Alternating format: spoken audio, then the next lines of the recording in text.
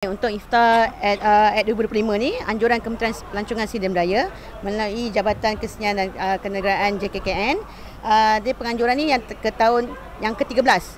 So pelaksanaan pelibatan dia memperkongsikan kerohanian yang merangkumi pelbagai aktiviti untuk mengimarahkan dalam bulan Ramadan ini.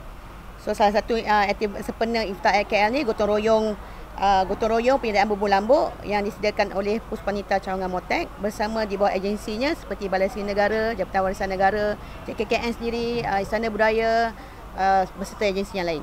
So hari ini kita lebih kurang 40 orang beserta hari ini dan besok untuk penyediaan bubur lambuk sempena iftar at KL ni. Sebenarnya ini tahun pertama saya menajui kepimpinan Puspanita Cawangan Motek. Sebenarnya banyak juga yang kita terangka untuk program-program dalam kementerian termasuk di bawah agensi. Kali ini kita lebih kepada berkebajikan dan setara dengan sosial untuk semua ahli-ahli Puspanita termasuk pegawainya untuk sama-sama bersama dalam program apa jua yang kita nak buat selepas ini. Jadi dalam rangkuman tu kita ada misi pasca banjir, kita mungkin akan ada misi sukan bersama Karnival Sukan Puspanita Kebangsaan. So program-program itulah yang kita akan sama-sama sekali dengan Puspanita Cawangan Motek. Sebenarnya dalam Puspanita kita ada pertukan daripada Puspanita Kebangsaan. Ada juga daripada dalam kementerian itu sendiri. Kalau selalunya kita dapat dibantu di bawah kementerian. Contoh dalam kita punya Menteri Pelancongan, dia sentiasa membantu untuk Puspanita bergerak. Dan kita sebenarnya ada juga pelbagai program jualan meja untuk berniaga. So benda-benda itulah yang dapat menjana Puspanita Cawangan Motek khususnya.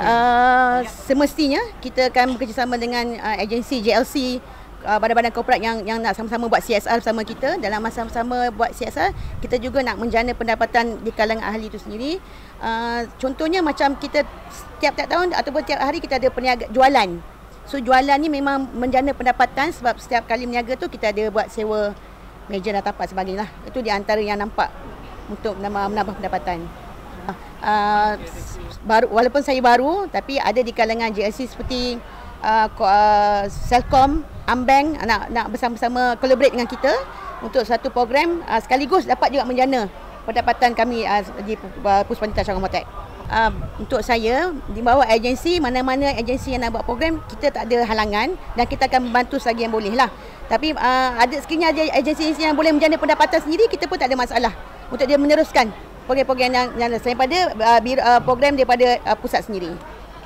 Pertamanya, terima kasih banyak. Sebenarnya sepanjang 13 tahun ni adalah kali pertama sebenarnya saya bersama pagi kan. Tapi terima kasih pada agensi JKKN, seluruh agensi di bawah Motek banyak membantu. Tak kira iftar at KL, apa jua program di bawah agensi, Puspanita memang sedia membantu. Terima kasih banyak. Hanya Tuhan yang mampu membalas jasanya.